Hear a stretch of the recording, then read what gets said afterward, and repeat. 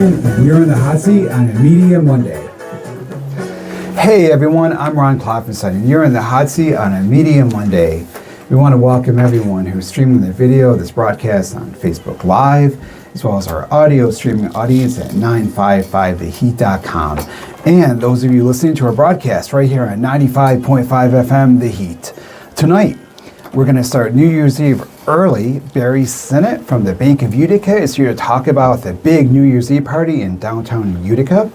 Musical guest Milly Szmurlo will be here to perform on her ukulele, and we'll find out all about Happy New Year from Cleo Qupid. And our friend Mikenzie from the Alchemist has some great astrological insights into 2025 and the year to come.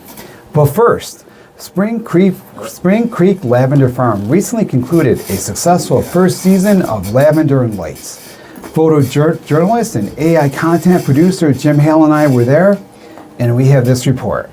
I'm Ron Klopfanstein in Remsen for the closing night of Lavender and Lights. I'm with Kevin, the owner of Lavender and Lights. Kevin, this was your first year to do this year. How did it go? Yeah, it's been great so far. Really, the response has been tremendously positive. A lot of families and people just indicating that they're really excited to have something to do outside where they can get around, enjoy the lights, enjoy time as a family, spend some time roasting s'mores over the campfire or visiting with the goats. And so really people have just really enjoyed it, and really a lot of people have said they want to make it a new tradition for themselves around this time of the year. I can imagine. So for my radio listeners who don't see the video, can you describe like what this place looks like? You have a field with literally lavender Christmas lights that go on, and yeah. What else are people coming here to see?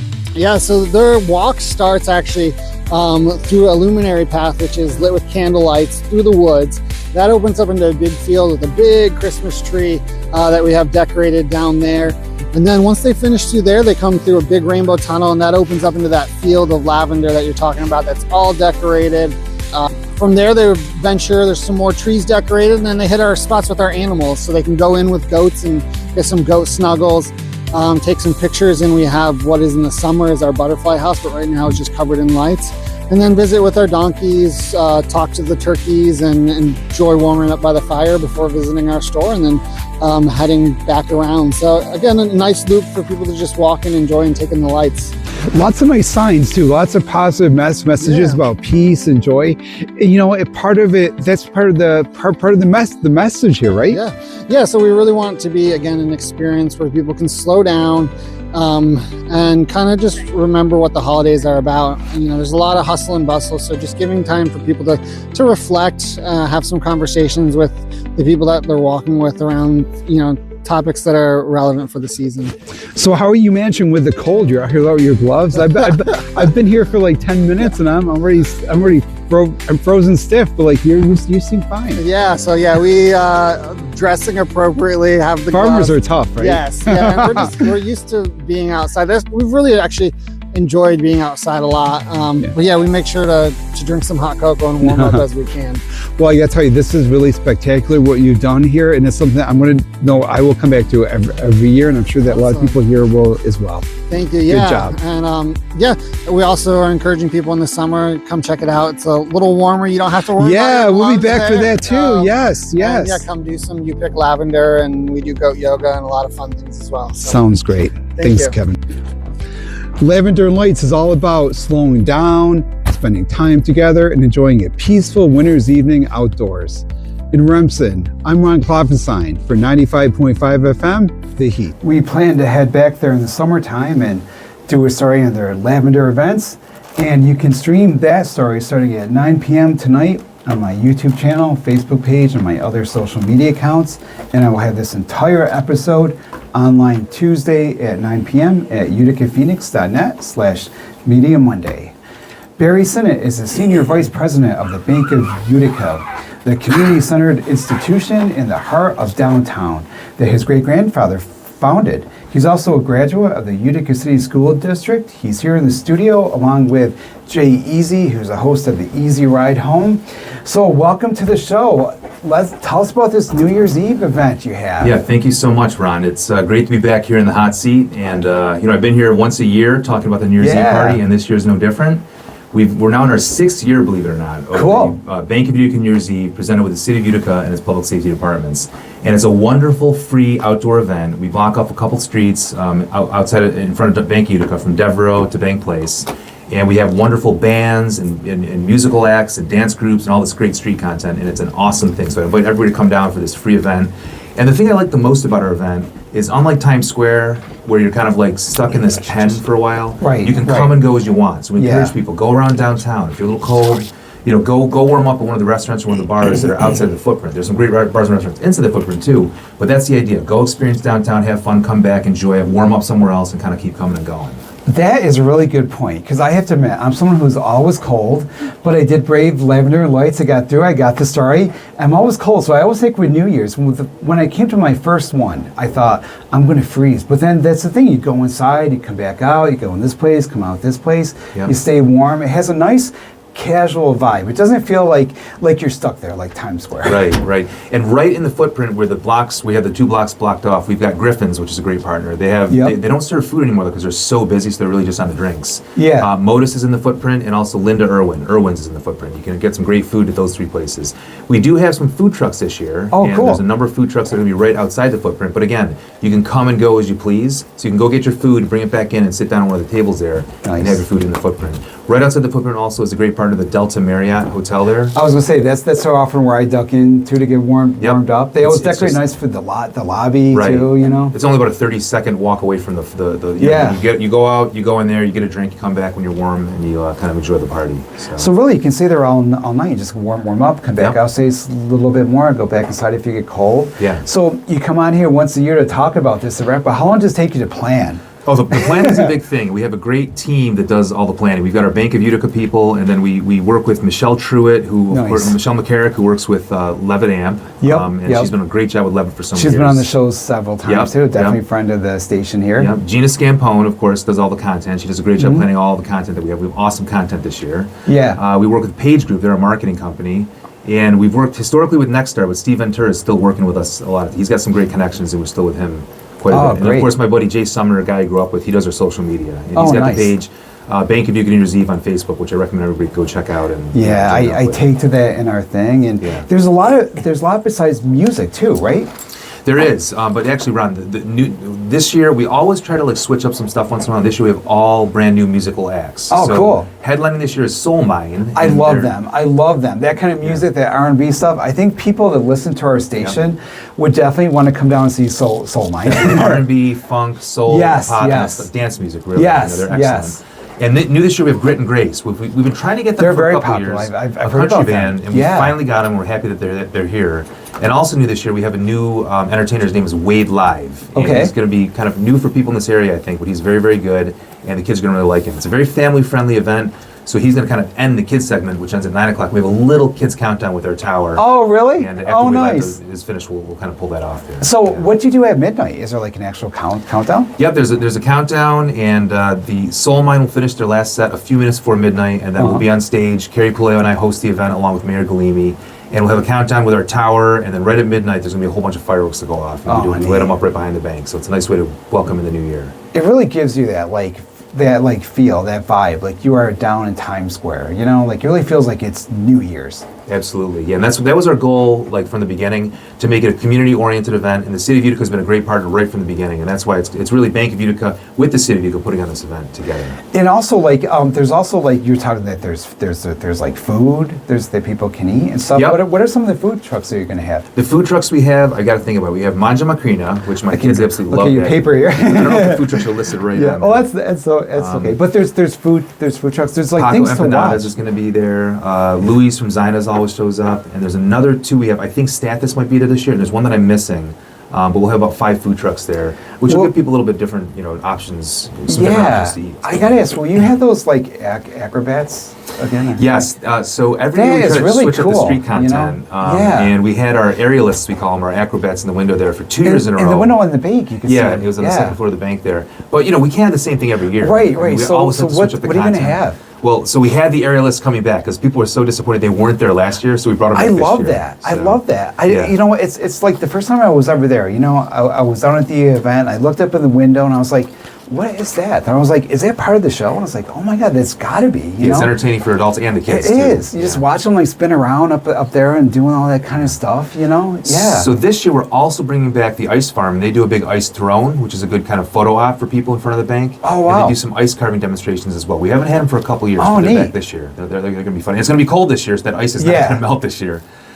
We also have the Cosmic Karma performers. They were actually here last year, and they're street performers. They have some fire dancers and some LED love stuff flow like artists that. are kind of like spinning things Really? around. So what is that? LED flow artist? What It's is like it? instead of like the fire, lit fire, they might have actually glow sticks that are working in. So it's a Ah. very visual experience when you're watching them.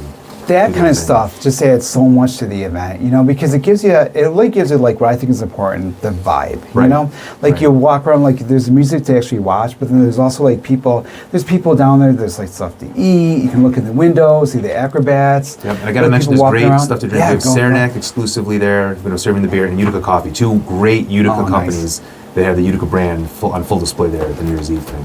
It's a very Utica thing. It huh? really is. It really Yeah, is. yeah. And one of the most popular events we have, we're bringing back again for the 4th time. It's the chili cook-off between the UPD and the UFD.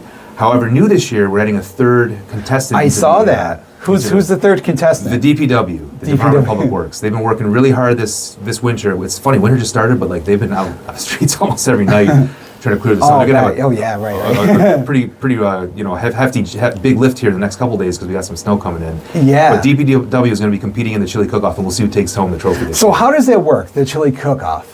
It starts about 8 o'clock, and the fire department, the police department, and the DPW each bring their own chili, Mm-hmm. and attendees of the event go to sample the chilies, and they vote for their favorite chili. Yeah. And whoever gets the most vote then gets, their arm I lifted see. up by Gets carrying the me at the bragging end of the night. rights. At 10:30 and said, here's who won. We have a trophy that gets passed back and forth, and the UPD Who holds the actually trophy? Who holds the trophy now? The UPD does right now. They've had Really? a little stretch where they've won a couple in a row here, so the UFD needs to get kind of like, I know they want to get that trophy back. Well, they might have an advantage because DPW is going to be really tied up for the next 24 That's hours, right. I think. That's So right. They're not gonna they have might time have to cook buy their chili. chili at Wendy's. It's been a So, running joke with us for a while. Jay Easy's here. Jay Easy is the host of the Easy Ride Home that comes on right after us at 6 o'clock at 95.5 FM. Jay Easy, like you're a fan of New Year's Eve. I know you're not in this show, but like you're big New Year's Eve guy, right? Yes, indeed. Yes, indeed. I'm looking forward to this New Year's. I do have to say, first off, since I'm looking at you, thank you for having me last year as part of the New Year's Eve celebration. It really meant a lot to me. Absolutely, you were a huge part of it, and you did a great act. It was a wonderful act. I'm so glad you were there. Thank you. Yeah. People keep asking me if I'm performing this year. I'm like, no. But I see we got a lot of great acts, so I'm sure everybody will be entertained. So. Yeah, we try our best to switch things up every once in a while, and sometimes we do bring some people back. Like I think back in the day, we had Ladies of Soul perform maybe 3 times Yes. in total.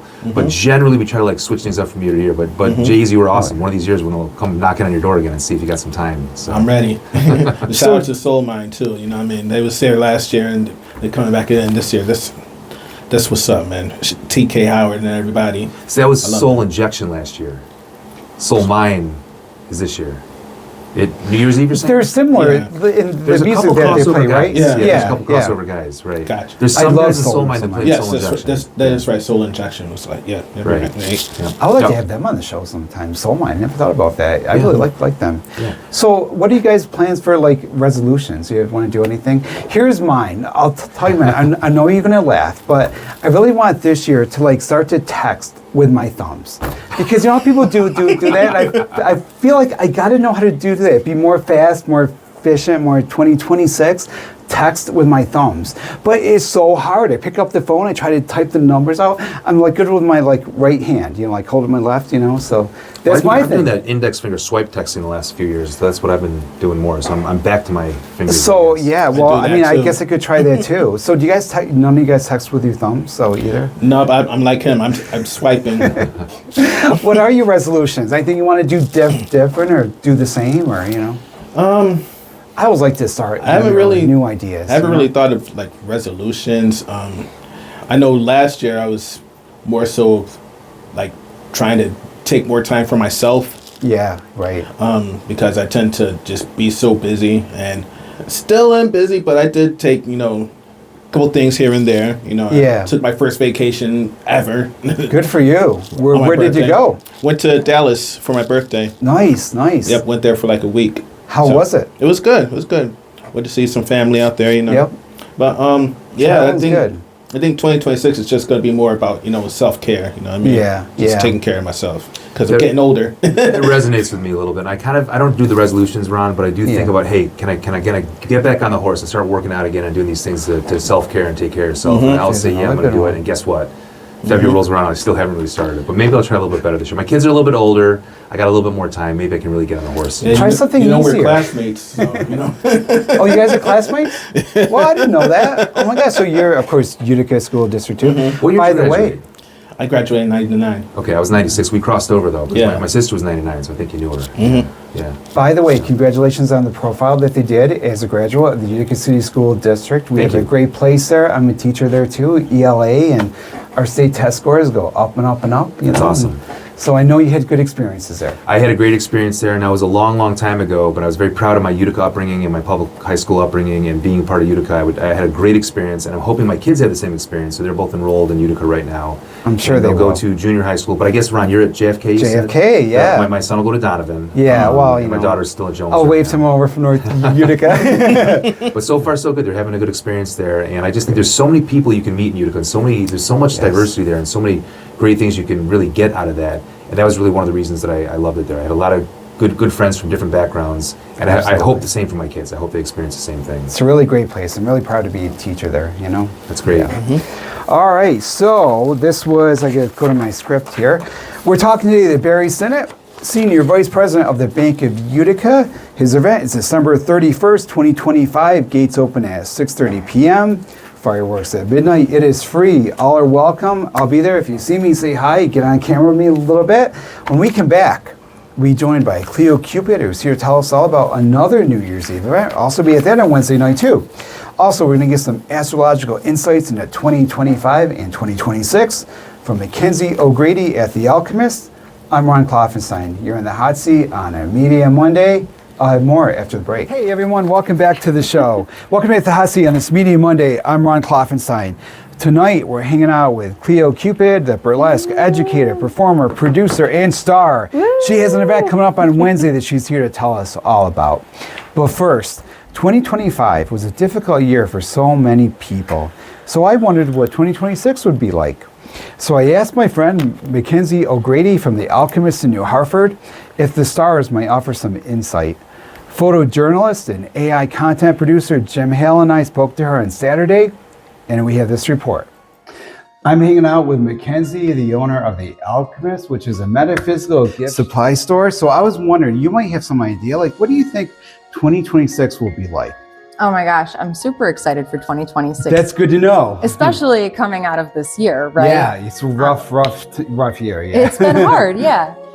So 2025 actually brought a lot out for a lot of people. It was the year of the snake, the wood snake especially. So for, most people, that brought about to a conclusion, shedding, all this kind of letting go. like shedding of the skin, the snake. Yeah. Skin, but just identities, ideals, behavioral patterns, even stories we've been telling ourselves. Yeah. So we let go of a lot this year. I feel like it changed a lot myself in 2025. Yeah, absolutely. I think for a lot of people, with all of the releasing and the stories kind of shifting about who we are and how we live. Yeah. It was like this profound transformation of self. I definitely felt like that. I kind of felt like 2025 was a year when we had to kind of figure out like who we were as people, what was important to us as individuals, and to live our lives according to that. And I think it was a difficult time because a lot of things did have to be shed. Absolutely. So other people experienced that too? Yes, and that was like a tremendous theme for the overarching collective, for everyone. Wow. In what way? Well, so for everybody, really, this whole year brought up all kinds of things that maybe for the last 16 years, as Pluto was moving through Capricorn, dealing with death and rebirth and our home lives and our stability. Pluto being the furthest planet out, it kind of represents death. And, yes, exactly. And so as that was moving through Capricorn, the sign in the sky, as it transitioned across that sign, it was bringing this major upheaval for people for the last 16 years, roughly.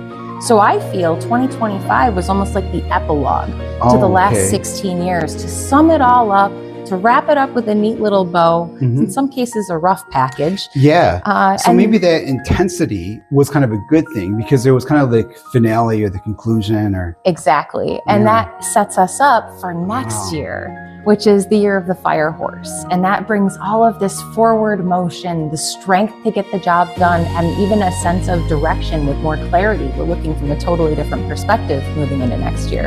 Interesting you said that because I was interviewed by a blogger 2 weeks ago, and I was talking about like what I think 2025 was for me as an individual, as an American, as a journalist with the show. I think it was a time when it called upon people to have moral clarity and courage to do the right thing.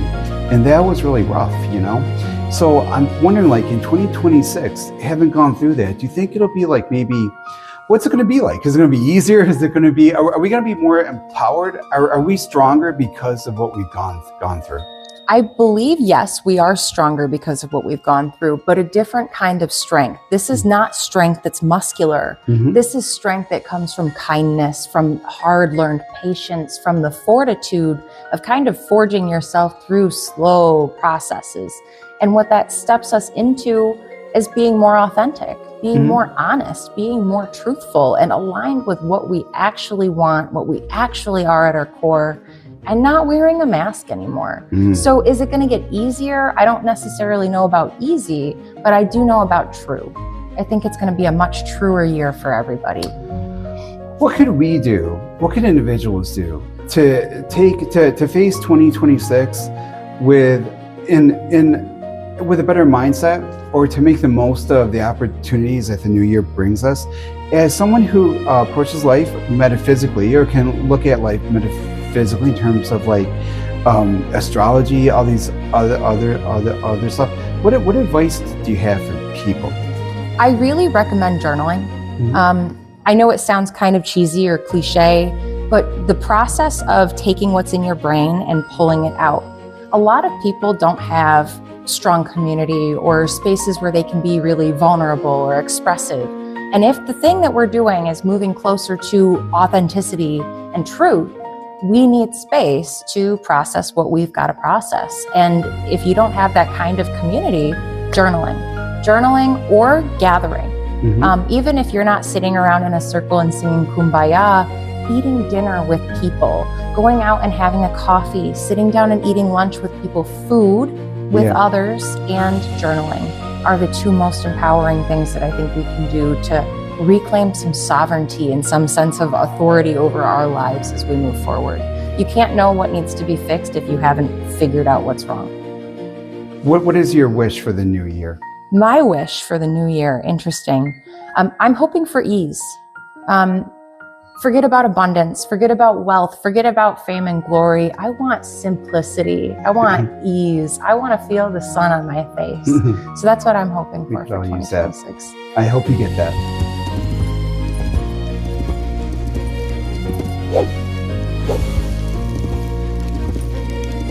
The Alchemist will offer several opportunities for people to gather and grow and come together and form community in 2026. In New Hartford, I'm Ron Klopfanstein for 95.5 FM, The Heat. The Alchemist is located in the Big Apple Plaza in New Hartford. So if you're looking for that, that's one of those stores where like Big Apple Plaza, you know how like you can drive down like in the middle of it? It's kind of where the two Route 5 and Route 5A come together. So this is like in the middle. So drive down in, go to Alchemist, talk to Mikenzie O'Grady. She'll tell you all about that stuff.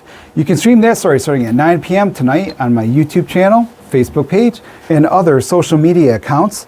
And I'll have the entire episode online Wednesday at uticaphoenix.net/Media Monday. You can, our friend Cleo Qupid is back, and she has an event coming up on New Year's Eve. She's in the studio here to tell us all about that. So what is this? Hi. Happy New Year. Happy New Year. Hi, everyone. So Happy New Year is a New Year's Eve cabaret, which will be featuring burlesque, drag, live singing, sideshow acts. We have a belly dancer going to be there, Jen my Rose. gosh, We love Jen wow. Rose. Beetle Hoops will also be there with her light up hoop. wow. So we have some sideshow acts for you. But Happy New Year is to say goodbye to 2025 because, like the Alchemist said, it was a little bit of a tough year. It was a difficult year. But 2026 hopefully will be better to welcome that in. So we're very excited.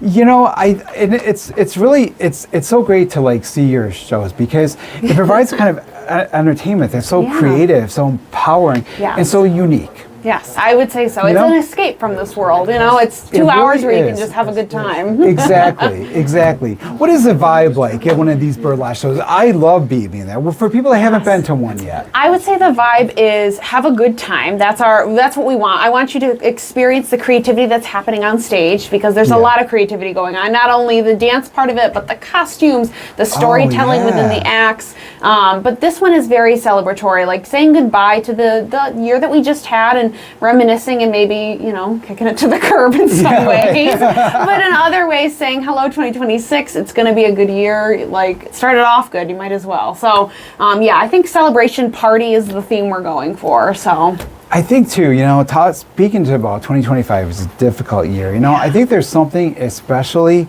healthy or liberating about having an event where it's all about freedom and like sexual expression and like being yourself and being alive and stuff. And like, what's it feel like to do these shows? It's very self-serving. It makes me feel like I'm a part of a community. It helps me make connections. I had not met you prior to Fringe Festival. I've met so many wonderful people, performing with them, being on stage with them, and then the backstage part of it. So there's a large community element. It's a very free experience to be on stage and be able to be proud of my body and be proud of the story that I'm creating on stage. And just I hope to make something greater for Utica. So that's, again, it ties back to the community of just having a place for people to go to have a good time. You know, I truly believe that, you know, in addition to just like giving us this art to enjoy, you are making it a better place because the kind of work that you do, it does move us in the right direction. Absolutely. You know, in a really good way, to be more open, to be more free, more liberated. Do you get a sense that like you've had a really good year with your business, it's taken off like skyrockets? What's this year been like for you? It's been a lot of wonderful experiences. There's been a lot of challenging and self-growth experiences. I had a lot of health issues back in May, and this is really, you know, just to be able to look forward to something. These shows are just as much fun for me as it is the audience to plan them. I do a lot of background work in them, just working with the performers. So it's really a fun experience. It gives me something to look forward to, which is why I'm so excited for this New Year's party because I've been looking forward to it since October. So I think it has a lot to do with just, I really love doing this and that's why I do it. But it gets you through the lows to get to the next part, to the next party, the next, show. One of the things you spoke to, I want to ask you more about, and it's kind of a theme of this show too. It's like, really, I like to celebrate the work of producers. Because producers, being a producer, and I produce the show, it is an enormous amount of work. And oftentimes, the work of producers doesn't get recognized. And when really, at times, as producers, we're also the talent, which is nice. But a lot of the work that we do, and it's a ton of work. What do you do as a producer? As a producer, I am a person wrangler, so I get everybody in one place, get everyone on the same page of what the theme is, or at least what the vibe is, getting people organized, so figuring out, okay, you're going on And they're all artists too, so it's like that makes it tricky. Yes, they are. It's not that they're tricky, just more of coordinating everybody's art expression in one place. Everyone has a very different art medium and an art expression, so to kind of coordinate that and plan a show out to see who fits in that space. There's a lot of individuals, all these individual acts, all these individuals with the things that they want to tell, the stories they want to tell, then it's up to you to make it a somewhat unified theme. How do you do that? I have to really think about the people that I'm casting. So I have performers that I've worked with in the past, or performers that I see online, or I meet at other shows that I go to, and just kind of understanding their vibe and saying, hey, here's a show that I want to do. Do you have an act that would fit somewhere in there? And tell me more about what you think what would fit in there, and we kind of just work together. That's the idea behind it.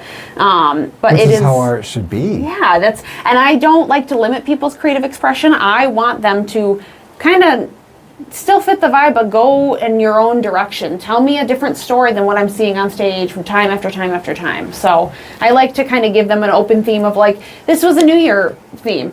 Celebrations, hello, goodbye, celebration of self, just all that kind of stuff, and giving them an open theme to kind of play with on their own. And it has worked out every show that I've done. Everybody fits in some way, shape, or form. So much of burlesque is really a celebration of self. That's what makes it so amazing, I think.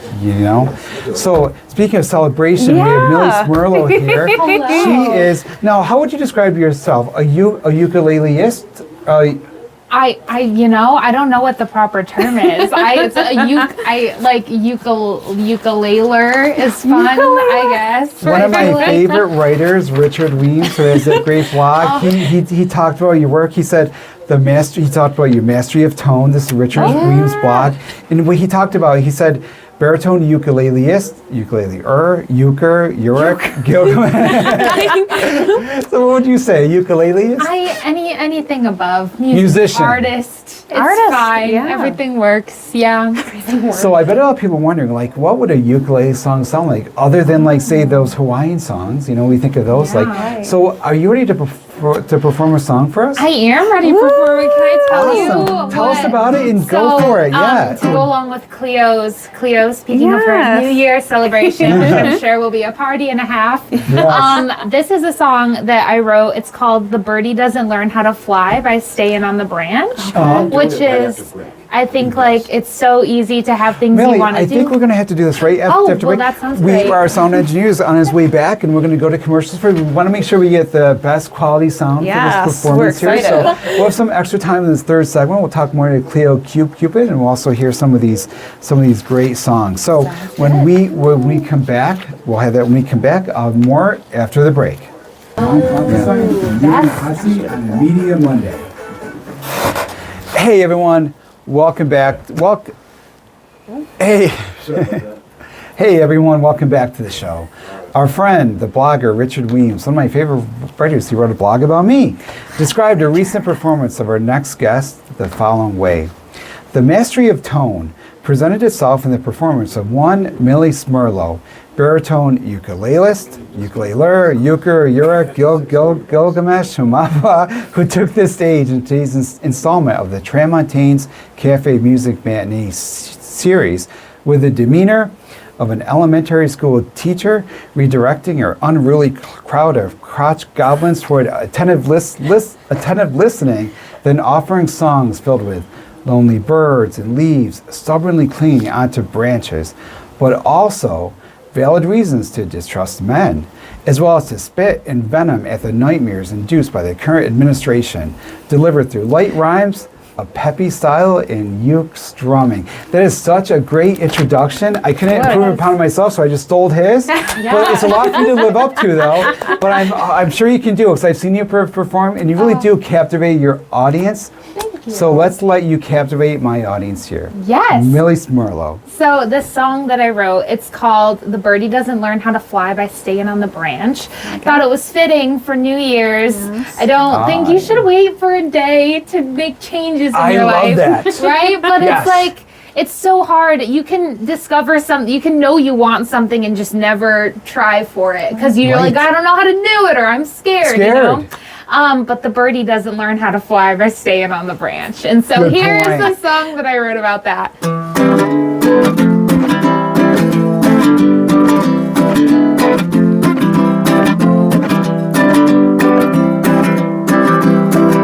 I'll tell you a story, it'll do you some good, about a sparrow that was known by all in the wood. It didn't make them happy, no, it filled them with shame. A cautionary tale that sparrow became. If you want to know, I will tell you why. That birdie in the tree never learned how to fly.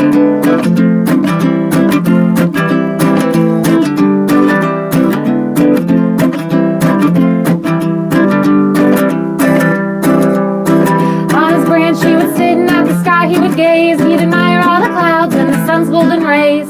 When his feathers rustled and got caught in the breeze, the birdie closed his eyes and he always felt pleased. If you wanna know, I will tell you why. When he closed his eyes, he'd pretend he could fly.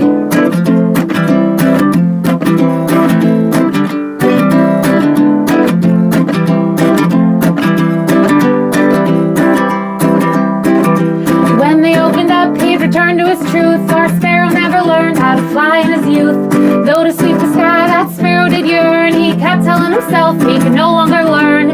If you wanna know, I will tell you why. He thought he'd grown too old to try to learn how to fly.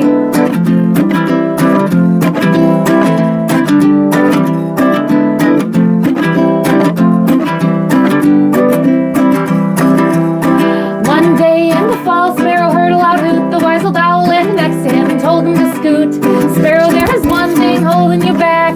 Faith in yourself is all that you lack. If you want to know, I will tell you why. You're a bird, it's built in you to know how to fly.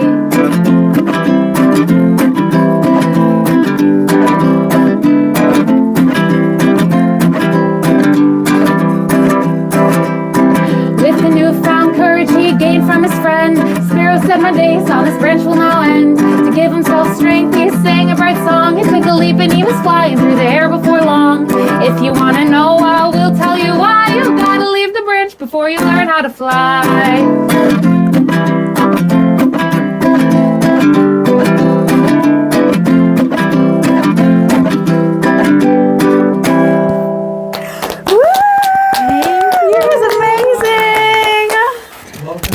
There. So what gave you the courage to fly as an artist?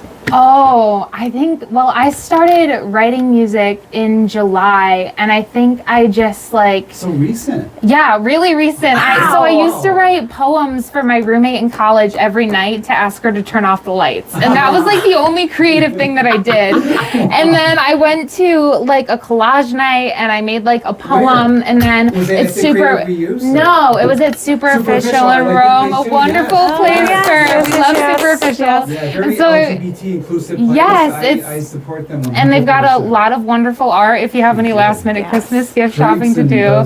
Yes, it's wonderful. Yeah, and then I was just sitting out by the fire with my friends one night in July, and we were just talking about the world and our displeasure with it, but also like the importance of creative expression. And my friend was learning how to play the guitar at a time, and I was like, you know what, I want my ukulele. And so I just like started strumming, and all of a sudden like lyrics started coming through my head, and I was like, I love you all, get out of my house immediately. And then after that, like it's just, and it's weird, like opportunities to perform have just like found me, like being on here. Happens, right? Yeah, it's just like when you start, when you follow your own path. Yep. Yeah. The platforms, the stages, just they appear. Yes. Yeah. Do you have another song? Oh, absolutely. I have another song. Another song. Yes. So what's the next song going to be? Okay. Well, well, I don't know if you guys got to see Delta Lake before it started snowing. It all like had dried up. Oh. Did you guys? Yeah, so you could go out. I went out and I walked around. I went multiple times, but one time I went and I walked around the perimeter of the lake. It dried up? I didn't know that. Yeah, it was like there's still a little bit left in it, but it was so like you could really like walk on the lake. I was like, this is a once in a lifetime. So I walked around the whole thing, and it was just like so sad. Like a lake should be there. You know what I'm saying? Yeah. So I walked around and I wrote this song while I was walking around the perimeter of the lake. So this is called The Disappearing Lake. One chilly Sunday morning, I was greeted with a warning. I went to take a stroll, the sight I saw took a toll. As a kid I would go and I would watch the water flow, but my heart was filled with woe, 'cause there ain't no mistake, I was looking at a disappearing lake. Why, the sight was awful dreary, and it left me feeling weary. I thought this just can't be right, and my chest it got so tight. When I realized what was true, I was feeling awful blue. There was one thing left to do, a walk I had to take, so I could think about the disappearing lake. Along the rocks I did walk, into the water I did talk. Though there ain't much left to listen, where's the sun gonna glisten? I can tell you it'd be swell if you're there to pick up shells. What disaster it does spell if the shells lie in the wake of the water from a disappearing lake. And why the seagulls look confused, and I know I would be too. Something's there and then it's gone, for that thing you're gonna long. The docks looked out of place, no water near 'em, not a trace. I felt the frown on my face, and the sadness I can't shake. There'll be no boats on a disappearing lake. I bet the fish are awful crowded, and they're probably thinking, how did my whole world start to shrink? It's extinction on the brink. All water should be holy, but it's disappearing slowly. Should be screaming, holy moly. Some changes we should make if we're looking at a disappearing lake. And now I'm filled with the sorrow that'll haunt all my tomorrows. 'Cause the earth, it ain't the same, and it's us she has to blame. When I wake up in the morning, I'll be hearing nature's warning, and I'll always be in mourning. A heart is meant to ache if it's witnessing a disappearing lake.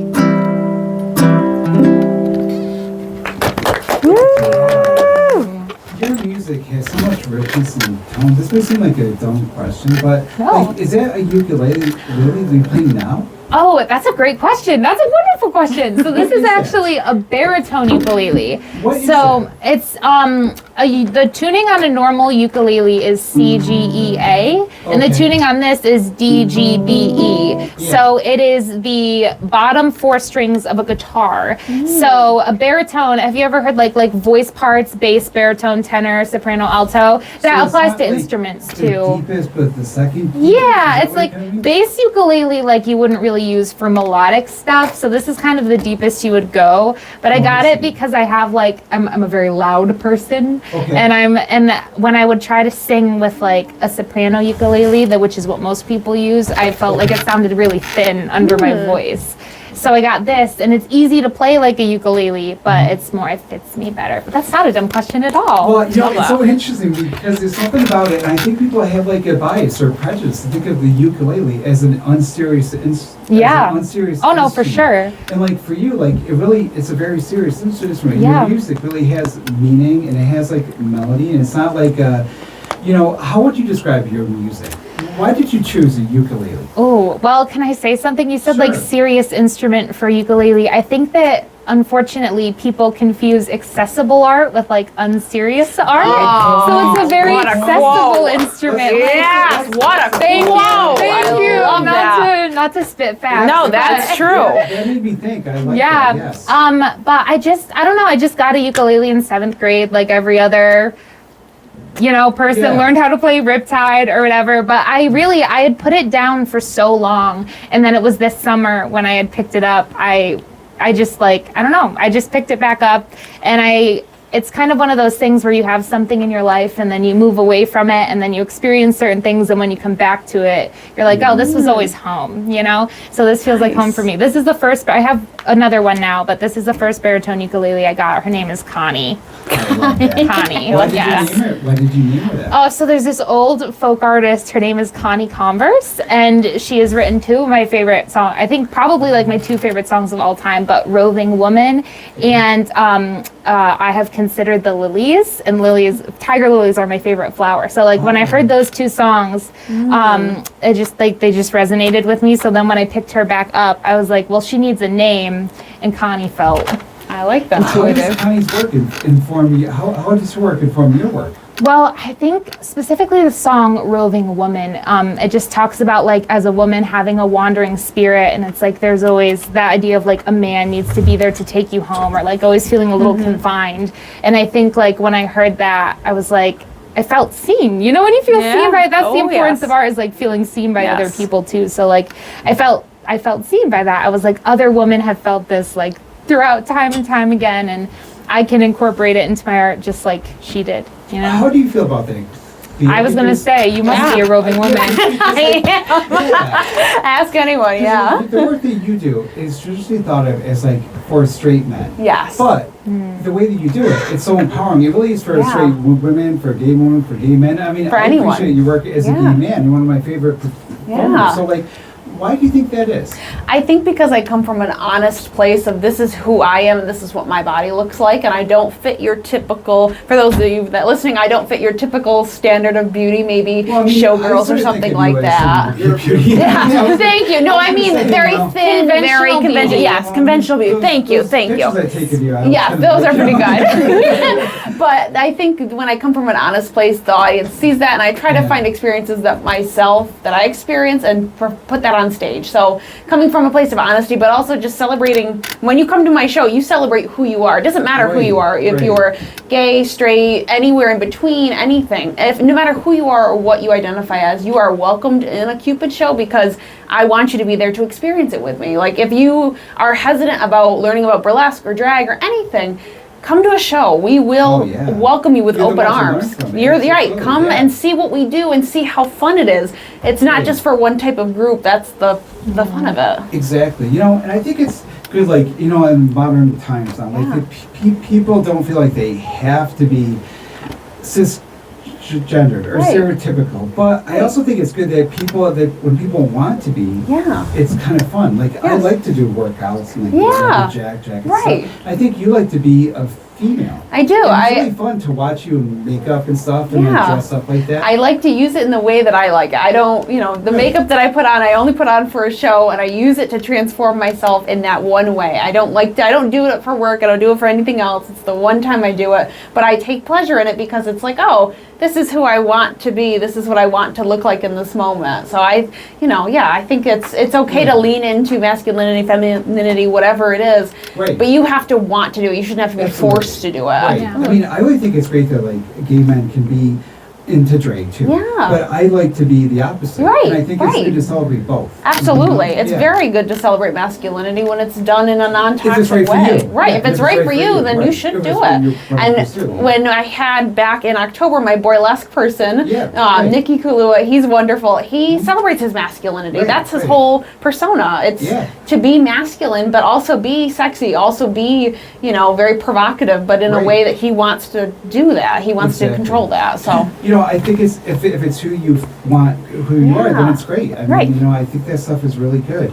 Milly, you want to do another song first? You have one more song, Oh, yeah, I do have one more song. This one is called The Moth and the Flame. Also, I think very good for New Year's. No matter how airtight your resolution is, you're going to make a mistake. I'm like thinking about texting with my team. I was going to say. If I can't live up to that, I'm not going to be too hard on just one thought. No, you don't need to. You're fine. Phones are dumb anyway. So I wrote this, like I watched a moth fly into a fire and like very dramatically combust into flames. I know, poor little guy. So this is called The Moth and the Flame. A moth is nocturnal, it means they come out when it's late. So those moths, they use the light from the moon to navigate. Moths all fly around and they think everything is swell, 'cause the moon gives them direction, it's got them under a spell. Then humans came along into the moths an obstacle gave. We got a little bit scared sitting around in a dark wet cave. Learned how to wheel fire and saw it burn so lovely and bright. Now many sources of light the moths can see cut through the night. One moth flew through the air and let me tell you that moth cruised. Would you be surprised if that moth got all dazed and confused when it saw the fire and thought that has to be the way? That is how so many a moth have met their final days. For you and me, it may be easy to think that moth is dumb. We know if you touch fire, then burned you are gonna become. The first to spark a flame, I'm sure a lesson they were taught. First you gotta touch it, for you know that it is hot. A moth drawn to the flame doesn't know it's gonna burn. All it knows is that it's chasing something down for which it yearns. Can you blame a moth if it thinks it's being brave when it flutters both its wings and flies straight into the flame? And if a moth is lucky and it only has been scorched, I hope that moth will see the flame and know that it is worth the damage it sustained trying to satiate its yearn. One flight through the flame should equal many lessons learned. Love it. Observant. So, like, what are your plans for 2026 as an artist? How do you both intend to grow as artists? Oh, you know what? Perhaps I can seep some wisdom from you because, shall I say that, I think that with this winter, all of these songs, I did a show with the Tram and I wrote 30 songs for it in the span of 4 months. Yeah. And I knew as I wrote my last song the day before the show, I was like, one more, close it out. And then I was like, I'm going to write this song and then I'm not going to be able to write. I'm going to write the song and I'm going to get a block. And then I performed and sure enough, I got home blocked. And I've been blocked since. And I think most of my songs I got from inspiration, like going on hikes like Pixley Falls and yes. So I think the winter physically has brought a metaphorical one for me and I can't jog myself. So Cleo, fix all my problems right now. What I like to do is go to other people's shows, not just burlesque, drag, whatever. Going to Tram shows, going to anything. It doesn't matter what it is. Go to another show and finding the inspiration there. I've gone to I don't know. It was like a church choir recital for someone. And I felt so moved by the way that the stained glass was looking, the way that the people were singing together, and I was like, oh, I need something to do with it, just that kind of thing. Going to, it's not even just music events, but any kind of event, just going, oh, I'm around people, just bouncing ideas off of people. I don't know, something like that. That's typically what I do when this fall, I felt very blocked and was like, what am I going to do? I don't know what I'm going to do next. I don't know. And just going to other shows, going to different events really has helped that. Talking to other people, that seems to be, usually works. It doesn't always work, but. You never know where inspiration comes from. Yeah. I listened to a podcast called The Hip Parade. It's about with this guy who writes for Slate, who studies the Billboard Hot 100 and analyzes it. And because of this, I've learned about music that I liked, from the 80s, Pointer Sisters and stuff, with a lot of new insight. And I think that you never know where inspiration will come. Yeah. So just read stuff, watch TV too. Really, watch movies, go to other art shows. I bet you're a creative reuse, right? So being involved in stuff is so amazing, isn't it? I meet you guys, you meet new people out there. It's incredible. So when the time is right, the words will fall. But with 30 songs, maybe that's pretty impressive. Don't downplay that. That's amazing. Maybe what you're meant to do at this time is to work on refining those 30 songs. Then next summer you'll notice stuff. Oh, Fireflies will be a song. That is something we do in the burlesque world. You have a couple acts in rotation, and then you go, all right, I think I'm going to work on some of these and refine them, upgrade your costume, whatever it is, and just go back and don't try to reinvent the wheel all the time. But 30 songs is really good. It's the same thing I did in high school with papers. I was I wrote it, and then once that last period's there, we're done. We don't go back at it. Yeah. College student years, it's and you're an ELA teacher. I am, yes. Don't let your students hear you say that. Well, the thing is, it's really hard to write, and so there's two kinds of writing. There's the writing that's fun, that's inspired. The writing that's not fun, that's not inspired, which probably doesn't apply to what you're doing. For that, the only way is to sit down and force yourself to just do it. And get up and do. And even for teachers, write an essay about a dull topic is not fun, but practice, But you guys know that you're artists here. I'm trying. So happy New Year. Happy New Year. Wednesday into Thursday. So we will start, the doors open at 9, the show will start at 10. Make sure you are there early to get some drinks. We will have it's non-alcoholic, so, but there are places in the area that maybe will assist with that. But we do have soda and water for sale, very low sale. Yes. But the show will start at 10 and we will go all the way to into midnight. We have a very special ball drop. K Delish is going to be coming down a pole that is provided by Kathy. But she'll be our New Year's ball, and we're just gonna have a very good time. Come celebrate goodbye to 2025, hello 2026. Yes. It's gonna be a good time. So. And I'll be there. So if you see me, say hi. I'll be at that one and at downtown Utica, at the Utica one. It's $20 for a ticket. I forgot. You gotta hit the see you there. Yes, right. Be there. Yes. So that is on music. So much to do. So before So we much wrap to up do. tonight, I just want to also note the passing of one of my favorite actors, Anthony Geary. He was perhaps known as the most iconic performer in daytime TV. He won 8 daytime Emmys in his role as Luke Spencer on General Hospital. And growing up, he was my first superhero. ABC is going to re-air his final episode on New Year's Day. That's Thursday, January 1st at 2 p.m. I know I personally will never forget when he saved the world from Nicholas Cassadine's freeze ray. And I think it's pretty cool that the heroic Luke Spencer was played by an actor who was gay. Tony Geary is an artist whose work really inspired me, and I'm grateful to him and to General Hospital for that. I'm Ron Klopfanstein. You're on the hot seat on a Media Monday. We want to wrap things up tonight with segment 3. We had quite an unusual show tonight. So people weren't here, so we'll have to leave. We're back on track now, so thank you for tuning in tonight. We're going to have this episode of Hot Seat Media Monday. We're going to make sure the stream's on Tuesday at 9 p.m. So you look for that on my social media pages and at unicaphoenix.net/Media Monday.